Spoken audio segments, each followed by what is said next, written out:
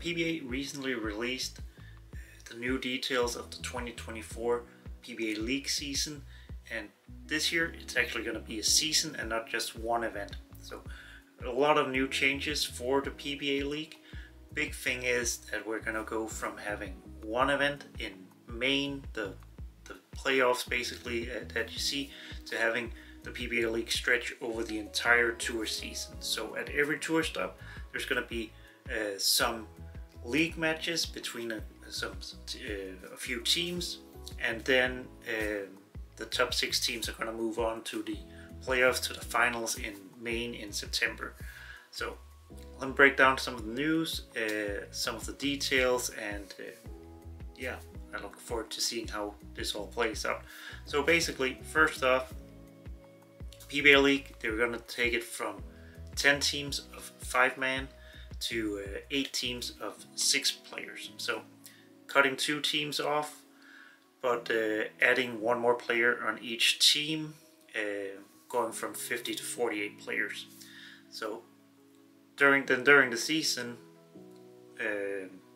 each team is going to face each other twice, meaning you're going to bowl 14 matches, either on Bowl TV or on TV during the season at every tour stop, and then you're gonna get points, and you're gonna get a standing out of that. And out of the 8 teams, the top 6 move on to the playoffs in Portland, Maine, where we usually have the PBA League for finals there, and it's going to be a little bit different that way. And it's going to be, I think it's going to be a lot different with how it plays out and how the team actually works, because instead of having 5 guys come together for basically 4 or 5 days in Maine, having to be a team, you actually get the entire season to kind of build up this team thing. And I think that's a big advantage if you're good with building up a team, if you have experience in a team environment and you have a team that wants to get better together.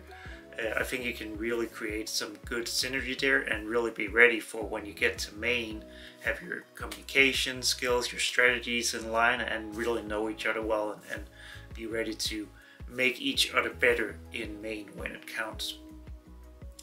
So as I said, it's going to be a little bit different. Another thing they changed is that they changed up the managers a little bit. So for instance, I was on LAX this year. We had Andrew Kane as our manager. Now Jason Belmonte is going to be the player manager. Same thing with Parker Bone. He's taking the place of Johnny Petraglia. So changing up the managers a little bit. The managers could become really important with this thing when it's going from week to week.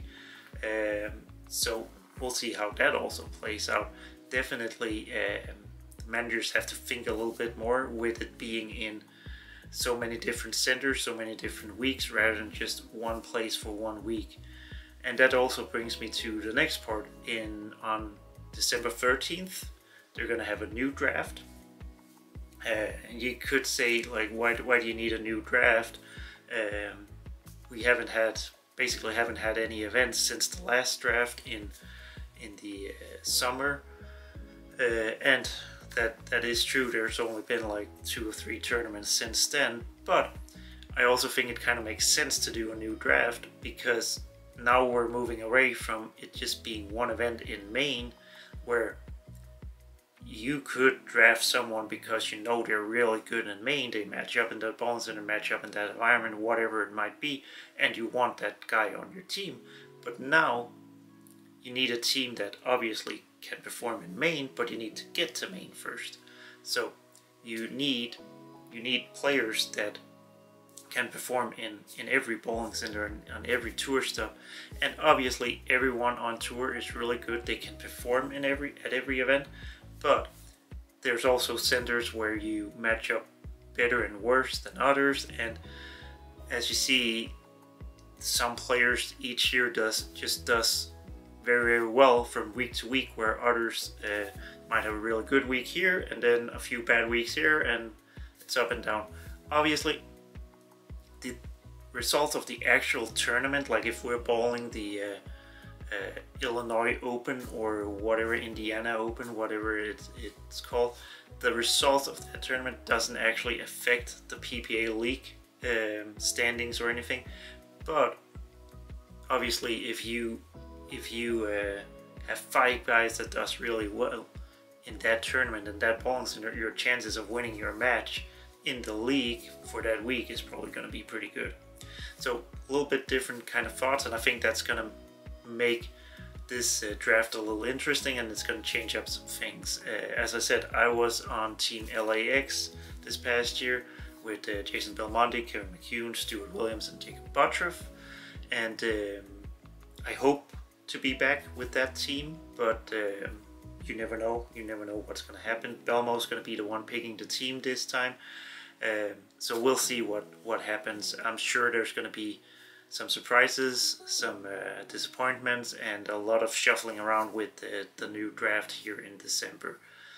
So yeah, I'm really hoping I get to be on a team again. I feel like I'm good enough to be on a team, one of the 48 that gets to be on a team, and I'm trying to prepare really well for this season. So hopefully that'll also help. So yeah, really looking forward to seeing how this new PBA League plays out, how everything works with it, and hopefully I get to be a part of it and experience it firsthand. So fingers crossed. December 13th, draft is going on, so please watch that on Ball TV and cross your fingers for me making it onto a team. So yeah, so some exciting news about the new PBA season. I'm really excited. Let me know in the comments what you think about the changes they're going to make to the PBA League, and I'll make another video when the draft is over, and hopefully I get to tell you what team I'm gonna be on, and if not, I'm gonna tell you my thoughts on the draft. So see you in the next video. Please subscribe to EMAX Bowling here, and yeah, I'll see you in the next one.